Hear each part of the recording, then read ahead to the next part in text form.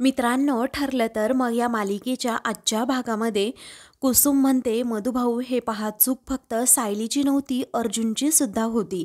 त्यावेळी मधुभाऊ म्हणतात, हो होती ना त्या दोघांची, पण पूर्ण कुटुंब यामध्ये भरडलं गेलं आहे. तेव्हा आता सर्वजण खूपच रडू लागतात. त्यानंतर पूर्णाजी या अर्जुन जवळ जातात. अर्जुन मात्र मान खाली करून आता उभा असतो. तेव्हा तो आता पूर्णाजींकडे पाहत सुद्धा नाही. तेव्हा त्या जरा रागातच म्हणतात, अर्जुन जरा वर बघ. वरे वर का बघत नाही तू, मला कळतच नाही. तुला वर बघितल्यानंतर आईचे अश्रू दिसतील का, की बापाच्या डोळ्यातील शरम दिसेल, की आजीच्या चेहऱ्यावरील दुःख दिसेल म्हणून? अरे अर्जुन, ज्या घरामध्ये अश्रूंचे पाट वाहतात ना, ते घर असंच नेहमी उद्ध्वस्त होतं. तेव्हा अर्जुन आता रडतच नाही असं म्हणतो. तुला माहीत नसेल, परंतु तू आणि तुझ्या बायकोने मिळून आज तेच केले अर्जुन. तेव्हा अर्जुन सायलीवर एवढा आरोप आता पूर्णाजींनी केल्यामुळे दोघांनाच खूप वाईट वाटत असतं. तेव्हा सायलीबद्दल अर्जुनला अजूनच जास्त वाईट वाटतं, कारण यामध्ये सायलीची काहीही चूक नव्हती. मीच तिला कॉन्ट्रॅक्ट मॅरेजचा पर्याय दिला, तिचाही नाईलाज होता म्हणून हे सगळं घडलं, असं अर्जुनच्या मनात आता येत असतं. त्यानंतर पूर्णाजी या सायलीला रागातच म्हणतात, तुला आठवत असेल ना ग सायली, मी तुझ्याकडून एक वचन घेतलं होतं की तू हे घर सोडून कधीही जायचं नाहीस. तेव्हा सायलीला त्या वचनाची आठवण होते. त्यामध्ये तिने घरातील सर्वांना असं वचन दिलेलं असतं की मी आयुष्यभर तुम्हा सर्वांची काळजी घेईन आणि तुम्हा सर्वांना सोडून कुठेही जाणार नाही. तेव्हा सायली म्हणते, हो पूर्णाजी, मला आठवतंय ना, खूप मनापासून दिलं होतं हो मी हे वचन तुम्हाला. त्यावेळी मी त्या वचनातनं आज तुला मुक्त करते असं पूर्णाजी म्हणतात. तेव्हा हे ऐकतात सायलीला प्रचंड धक्का बसतो. तर अर्जुनच्या पायाखालची सुद्धा जमीनच सरकते. आता प्रतिमा आणि रविराज हे दोघेही देखील आश्चर्याने पूर्णाजींकडे पाहू लागतात. तर आता प्रिया खूपच खुश होते, कारण सायलीला आता प्रत्येक वचनामधून प्रत्येकजण मुक्त करत असतो. त्यानंतर पूर्णाजी म्हणतात, अगं जिथे नातीच नाही तिथे कसली आली आहेत वचनं आणि कसल्या आल्या आहेत शपथा. आता यापुढे तू तुझं आयुष्य जगायला पूर्णपणे मोकळी आहेस असं पूर्णाजी म्हणतात.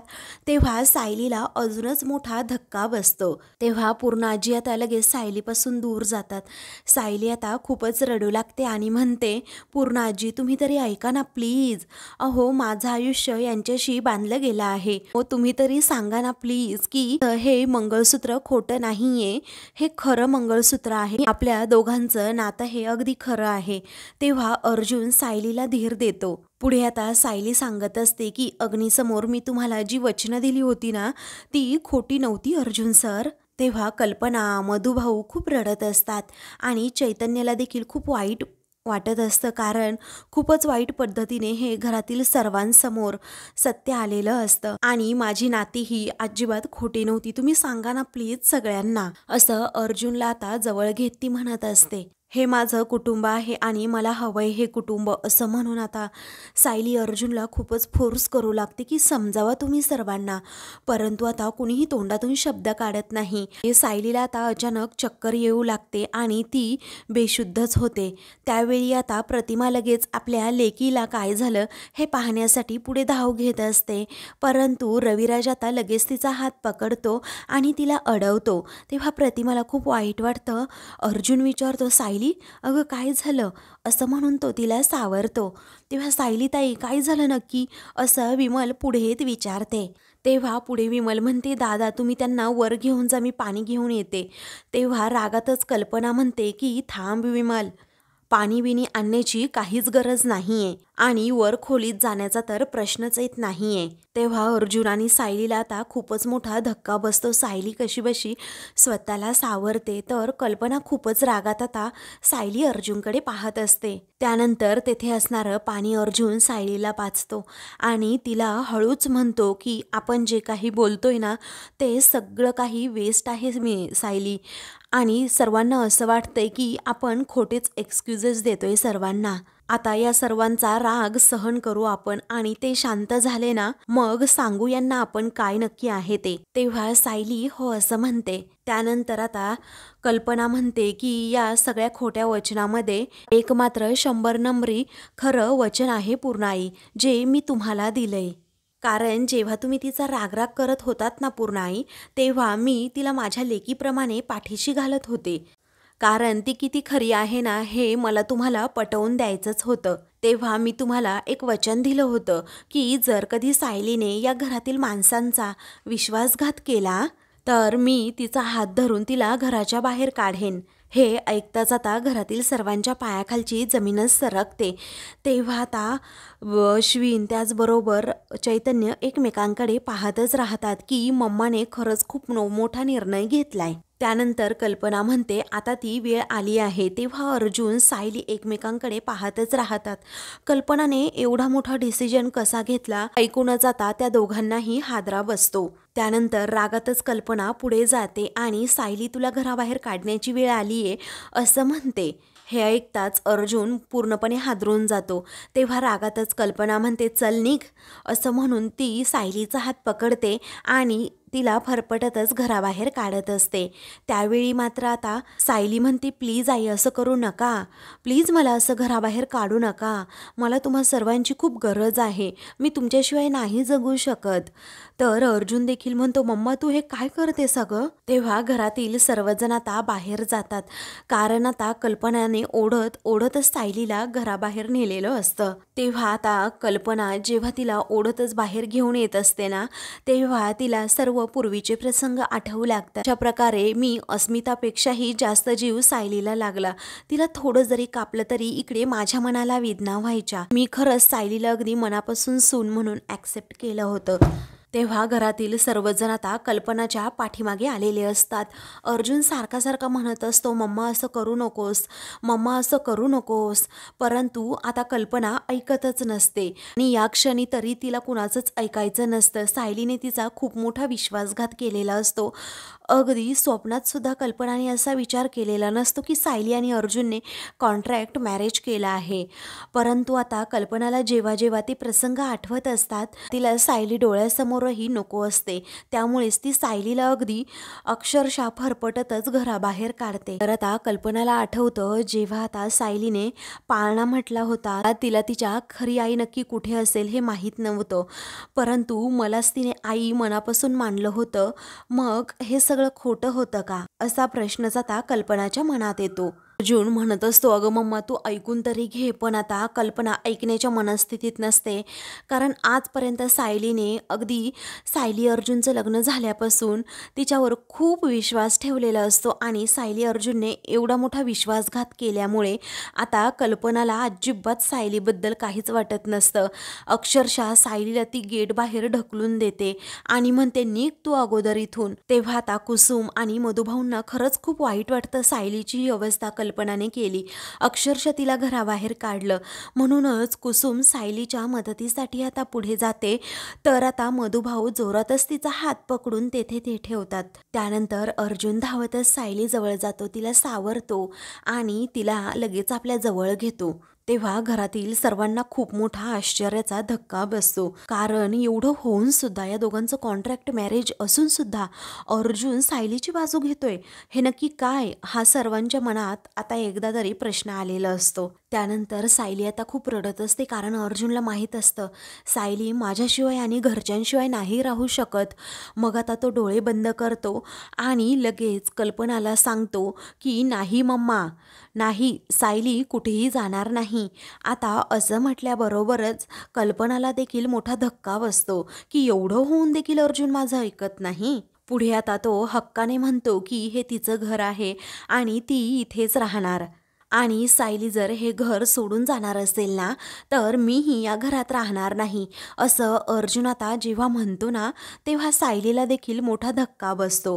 त्यावेळी सायली अर्जुनकडे पाहतच राहते आणि बाकी सर्वजण अर्जुनकडे अगदी धक्क्यानेच पाहतात कारण अर्जुन सायलीच्या प्रेमामध्ये पूर्णपणे वेडा झालेला असतो आणि हे अजून कुणालाही माहीत नसतं चैतन्याशिवाय. पुढे आता अर्जुन कल्पनाला म्हणतो की चूक फक्त सायलीची नव्हती मम्मा, चूक माझी सुद्धा होती. त्यामुळे ती घराबाहेर जाणार असेल ना तर मी सुद्धा तिच्याबरोबर जाणार.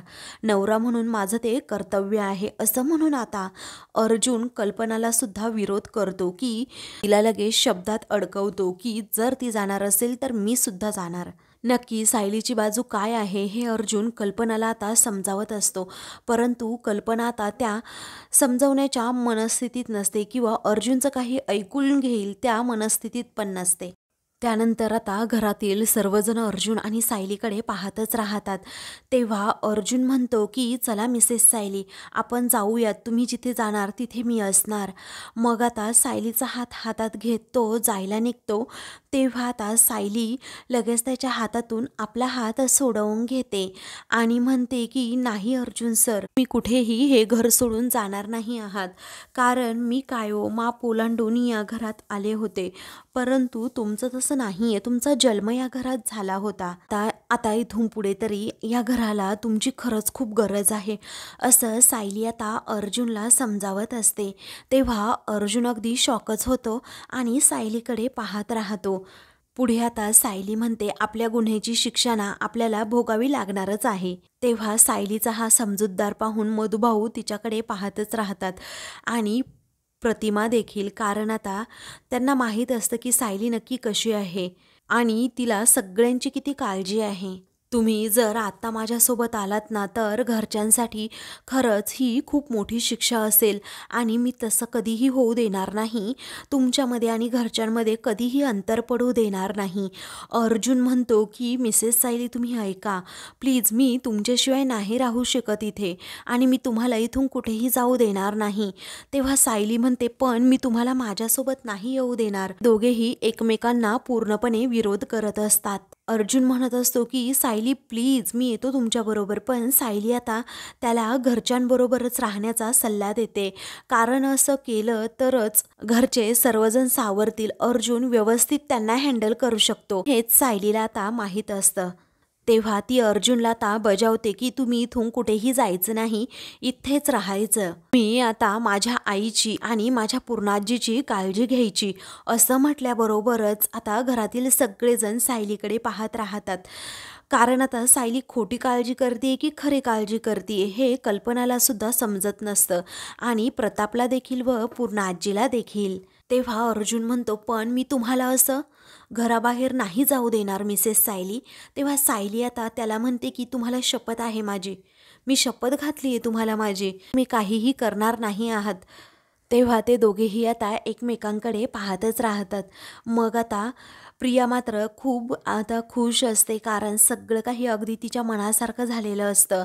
अर्जुन सायलीचं एक कॉन्ट्रॅक्ट मॅरेजचं सत्य कधी एकदा बाहेर येईल असं तिला वाटत असतं. ती तिच्या प्लॅनमध्ये आता यशस्वी झालेली असते आणि म्हणूनच एवढं मोठं कारस्थान घडलेलं असतं. त्यानंतर सायली आता पुन्हा घरातील सर्वांसमोर येते आणि सर्वांसमोर हात जोडत म्हणते की जर माझी नाती खरी असतील, जर माझ्या भावना खऱ्या असतील तर तुम्ही कधी ना कधी मला माफ करणार. तेव्हा घरातील कुणीही तिच्याकडे पाहत सुद्धा नाही. तर प्रतिमा आता सायलीकडे पाहतच राहते, कारण त्यापैकी फक्त प्रतिमाला आणि त्याचबरोबर चैतन्याला सायलीची खूप काळजी वाटत असते. त्यानंतर आता सायली म्हणू लागते की तुम्ही सर्वजण मला माफ करणार याची मी नक्कीच वाट पाहील आणि एक ना एक दिवस तो येईल, तेव्हा तुम्हा सर्वांना समजेल की जे तुमच्यावर प्रेम केलं आणि तुम्ही मला जी माया लावली ती खरी होती, ती खोटी नव्हती. एक ना एक दिवस हे सत्य बाहेर येईलच आणि तुम्हालाच तुमचं समजेल. असं म्हणून सायली आता खूप रडत असते. कुणी तिला काहीही बोलत नाही. तर सायली आता पुन्हा आपल्या आश्रमात जाण्यासाठी अगदी दबक्या पावलांनी जायला निघते. तेव्हा सायलीला आता असा अचानक आवाज येतो. तिच्या कानावर सारखा सारखा तो आवाज घुमू लागतो की आई मला आत्ता नाही जायचं, मला इथे राहायचंय, मला इथे. आवाज आता तिच्या कानावर सतत घुमत असल्यामुळे ती आता मागे पाहते, तर तिला आता ते चित्र जरा धुसर दिसत असतं. त्यामध्ये पूर्ण फॅमिली असते, पण नक्की ते कोण आहे हाही प्रश्न आता सायलीला पडलेला असतो. प्रत्येक वाढदिवशी तिला हा भास होत असतो आणि त्याचबरोबर प्रत्येक वाढदिवशी तिला हा त्रास होत असतो. म्हणूनच सायली आता अगदी त्या स्वप्नांमध्ये रंगून जाते. नक्की ते कोण आहे हेही तिला कळत नाही. माझी पावलं अशी अचानक या घराकडे का वळतात नेहमी आणि का थबकतात हे सुद्धा सायलीला आता अजूनही समजलेलं नसतं. लहानपणीची अर्जुन आणि तन्वी हे दोघेही सायलीला सारखं सारखं आठवत असतात. त्या दोघांमध्ये असणारं घट्ट बॉन्डिंग हे देखील सायलीला आठवतं. त्याचबरोबर घरातील सर्वजण आता तिला आठवत असतात, परंतु त्यांचे चेहरे असे स्पष्ट दिसत नसतात. त्यामुळे सायलीला आता काहीच समजलेलं नसतं. पण आता जेव्हा ती मागे पाहते ना, तेव्हा घरातील सर्वजण सायलीकडे पाहतच राहतात. तेव्हा कुसुम सायलीच्या खांद्यावर हात ठेवते. तर सायली पुन्हा आता त्या स्वप्नातून अगदी जागी होते आणि कुसुमकडे पाहतच राहते. त्यानंतर सायली आता अर्जुनकडे पाहते, तेव्हा अर्जुन अजूनसुद्धा तिला नको जाऊ असं म्हणत असतो किंवा मी तुझ्यासोबत येतो असं म्हणतो. आता सायली ऐकतच नसते. ती त्याला नकार देते की नका येऊ माझ्याबरोबर. पुढे आता मधुभाऊ जातात, तर कुसुम आता सायलीचा हात पकडते आणि तिला पण ओढतच घेऊन चाललेली असते. पण सायलीला आता या घरातून जाणं हे सहनच होत नसतं. ती आता मागे अर्जुनकडे हात करत असते. मला इथे थांबू द्यात असं म्हणत असते. तिला या घरातून आयुष्यभर अगदी कुठेही जायचं नसतं. तेव्हा सायलीकडे अर्जुन आता पाहतच राहतो आणि खूप रडत असतो. त्याला आता खूप मोठा धक्का बसलेला असतो की हे काय होऊन बसलं. ज्या दिवशी माझ्या सायलीला मी प्रपोज करणार त्याच दिवशी हे सगळं काही घडलं. हे असं घडायला नको होतं, ज्याची त्याने कल्पनासुद्धा केलेली नसते. हे सगळं आता अर्जुन आणि सायलीच्या आयुष्यात घडलेलं असतं आणि सायलीला आता कल्पनाने कायमचं घर सोडून सुद्धा जायला सांगितलेलं असतं आणि सायली खरंच घर सोडून गेलेली असते. माझ्या माणसांची काळजी घ्या असा निरोप तिने अर्जुनला दिलेला असतो. त्यावेळी अर्जुन आता खूप रडतो.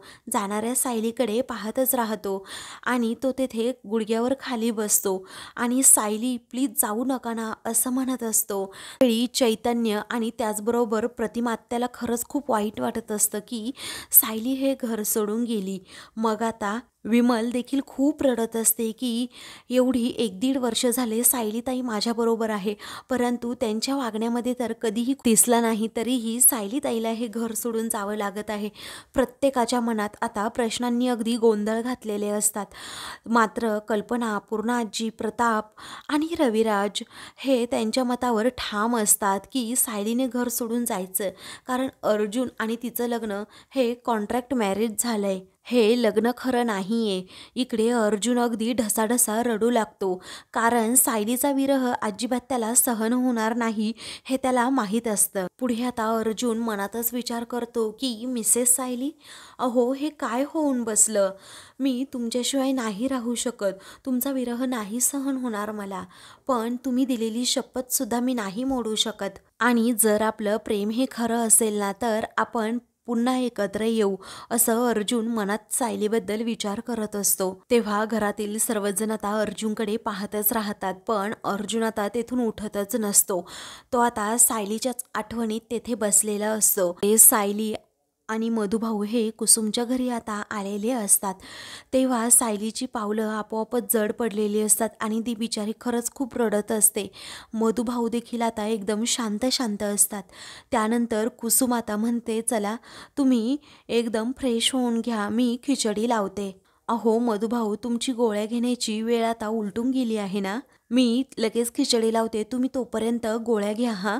त्यावेळी रागातच आता मधुभाऊ विचारतात, काय गं, कशासाठी मी या गोळ्या घेऊ. अगं सांग ना, कशासाठी गोळ्या घेऊ आणि कशासाठी जगायचं आहे मी केलेल्या संस्कारांचे कसे धिंडवडे उडतायत हे बघायला जगायचं का मी.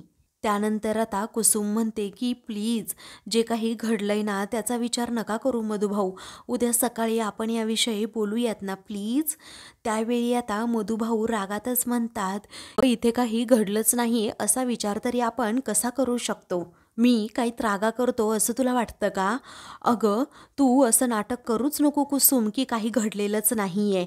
तेव्हा आता मधुभाऊंना असं म्हणायचं असतं की कुसुम तू सुद्धा माझ्यापासून सत्य लपवलं, कारण सायलीने माझ्यासाठी अर्जुनबरोबर लग्न केलं आणि त्याच्याबरोबर फक्त प्रेम असल्याचा दिखावा केला. हा दिखावा कशासाठी. आता सगळेजण त्यामध्ये होरपळून निघाले आहेत, सर्वांना खूप त्रास होतोय. अगोदरच हे सत्य सांगितलं असतं तर खूप काही गोष्टी सुरळीत सुरळीत झाल्या असत्या असं मधुभाऊंना खरं तर म्हणायचं असतं. कुसुम त्यांना आता धीर देत असते, सावरत असते की मधुभाऊ प्लीज तुम्ही स्वतःला असा त्रास करून घेऊ नका. मधुभाऊंना होणारा त्रास हा सायलीला समजत असतो आणि तीही आता खूप रडू लागते. पण तिचाही आता या गोष्टीसाठी नाईलाज असतो, कारण मधुभाऊंसाठीच तिने एवढं मोठं पाऊल उचललेलं असतं. अर्जुनबरोबर लग्न केलेलं असतं, परंतु लग्नानंतर तिच्या मनामध्ये अर्जुनविषयीच्या प्रेमाच्या भावना आता जाग्या झालेल्या असतात आणि त्यामुळेच आता सायलीला ते घर सोडताना खूप दुःख झालेलं असतं. त्यानंतर रागातच आता मधुभाऊ म्हणतात, मला एक कळत नाही की मी गेल्या जन्मामध्ये नक्की कोणतं पाप केलं होतं. हा दिवस बघण्यापेक्षा ना मी तिकडे जेलमध्ये फाशी घेतली असती ना तर बरं झालं असतं. तर आता मित्रांनो, पुढील भागामध्ये घरातील सर्वजण आता बसलेले असतात. कल्पनाने स्वतःला खरंच खूप त्रास करून घेतलेला असतो. तेव्हा ती म्हणते की ही 1.5 वर्षांची फसवणूक आणि आपण संस्कार करण्यामध्ये कुठेतरी चुकलो, आपल्या संस्कारांचा अपमान झालाय. मला ना अर्जुन आता विष दे आणून विष असं म्हणून आता कल्पना तिच्या रूमकडे जायला निघते. घरातील सर्वजण आता कल्पनाच्या पाठीमागे पळत असतात. तेव्हा ती म्हणते मला विष दे, मला स्वतःला संपवायचंय असं म्हणून ती लगेच आता रूममध्ये जाते. त्यावेळी आता ती दार बंद करून घेते. घरातील सर्वजण तिला आता म्हणत असतात की दार उघड, परंतु ती दार उघडत नाही. अशाच मालिकेंचे पुढील भाग पाहण्यासाठी चॅनलला सबस्क्राईब करा.